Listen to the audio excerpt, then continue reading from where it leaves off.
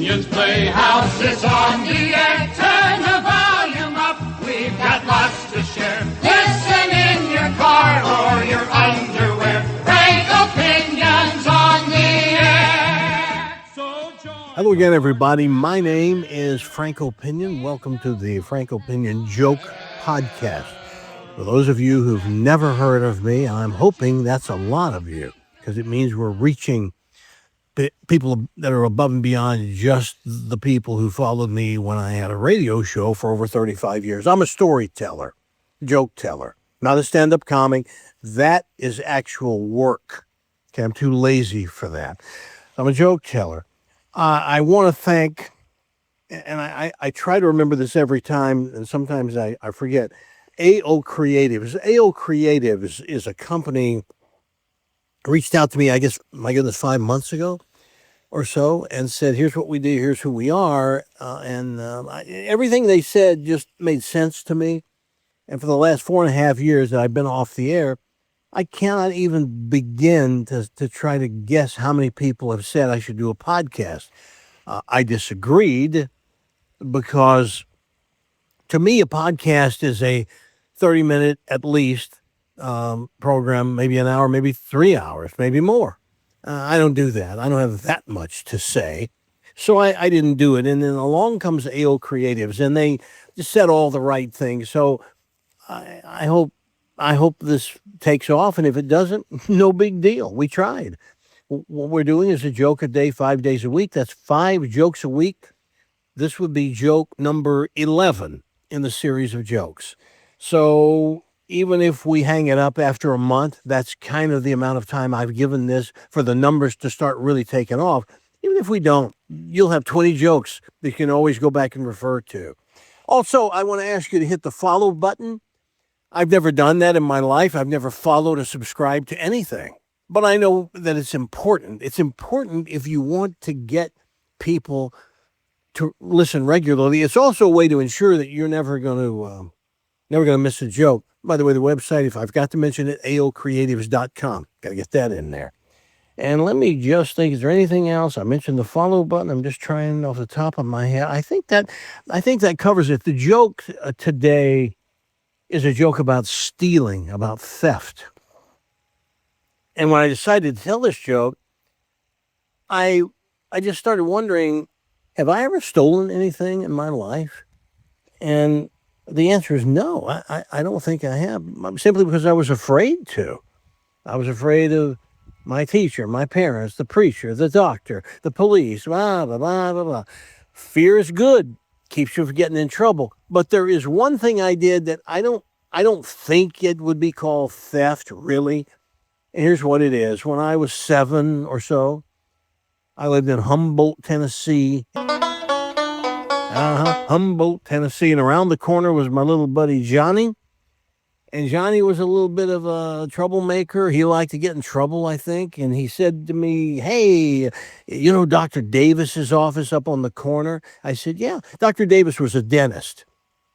He had an office on the corner kind of between my house and Johnny's house. I said that we don't go to him, but I know where the office is. He goes, hey, man, they got a jar full of jawbreakers in the reception area on the counter. Let's go steal some jawbreakers. Now, I want to stop here and just say, way to go, Doc. I know you're dead, long dead, but way to go, Dr. Davis. You're a dentist, and you give out jawbreakers. How brilliant is that? Guaranteed work for years, either replacing or fixing broken teeth, fillings, extractions. Way to go, Doc. That is ingenious. So he said, let's go steal some jawbreakers. So what we did is on a weekday afternoon, middle of the afternoon, we walk in, and Johnny was right. There's a jar of jawbreakers right on the counter. So when she wasn't looking or was on the phone, we grabbed a handful of those jawbreakers and ran out, stuffed them in our pockets and ran out. And we laughed. We thought that was the funniest thing. And we also thought, man, did we pull off a great heist here. It was at the time, seemed like a little bit of a dangerous thing to do. My grandson, Carson, when he was, 6 or 7 or whatever, he stole deodorant. We were at Target. His dad, my son, were at Target. We get out to the car, and my son says, "Who bought this deodorant?" And I said, "I did." It was a little travel deodorant, like the put in your shirt pocket. I said, I didn't take it. And Austin said, "Well, I sure didn't take it." And we looked at Carson. "Carson, did you take this deodorant?" And he went, "Uh-huh." To his credit, way to go, Carson, telling the truth. It's a big deal. It's one thing to do something wrong. It's another to have the cojones to admit it. And he admitted it. So we took him back into Target and asked for the manager. And the manager came out and we said, "Hey, this is my grandson." And she's introduced herself. And I said, he stole this deodorant. What do you want to do? How would you like to punish him? Because I was never the parent that goes, "Well, he's just a kid. It's not that big a deal." No, you can't let it turn into something else and give him the impression that you can do stuff and get away with it like that. So she essentially just turned him over to us and said, "Well, normally we call the police, but Carson, I think your dad and your granddad here, we'll make sure that you get the message, and whatever appropriate punishment will be, administered." So other than that, personally, I don't really think I've ever really stolen anything. But this is a joke about stealing. But it's a joke about a married couple, married 40 years. And they get to the car after grocery shopping. And the husband says, "Honey, why'd you buy this big can of peaches?" She says, I didn't buy a can of peaches. He goes, "Well, they're right here in the bag. Here they are. I didn't buy them." She said, "Well, I didn't buy them either." And he knew the way she said it, she had stolen a can of peaches. How embarrassing. He said, "Well, we're going back in and you're going to apologize to the manager." So they go back in the grocery store, ask for the manager, and she admits she stole the peaches. Well, the manager wasn't willing to just let it go. She calls the police. And the police arrest the wife, take her in. Now we fast forward to her day in court before the judge.